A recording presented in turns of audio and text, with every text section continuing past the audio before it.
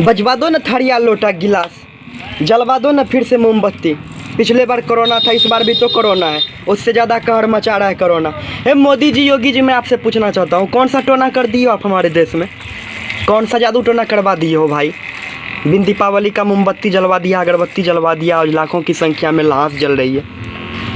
थालियाँ पिटवाया, आज अपनों के लिए इंसान छाती पीट रहा है। लेकिन मैं आपको रियलिटी बता रहा हूँ, हमें मौत से कोई डर नहीं लगता, क्योंकि हमारे बहुत सारे भाई बहन न मिट गए मिट्टी में, और हमारे इस देशवा को आज़ाद करने में न कितने वीर वीरांगनी का भी बॉडी चला गया।